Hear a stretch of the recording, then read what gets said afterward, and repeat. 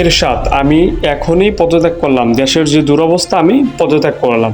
খালেদা জিয়া, না আমি পদত্যাগ করব না, কারণ জিয়াউর রহমান আমার স্বামী, আমি পদত্যাগ করব না। লাস্ট পর্যন্ত করতে হলো।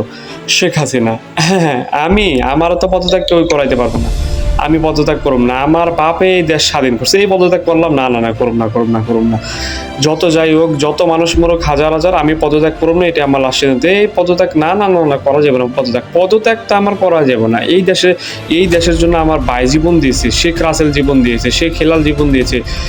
এই দেশের জন্য বঙ্গবন্ধু শেখ মুজিবুর রহমান জাতির পিতা জীবন দিছে। আমি পদত্যাগ করব না। যাই হোক, লাস্ট ম্যাচ এই সেনাবাহিনীর চক্রান্তে এবং কি স্টুডেন্টদের চক্রান্তে শেখ হাসিনার লাস্ট দিনেই ছিল 5/8/2024।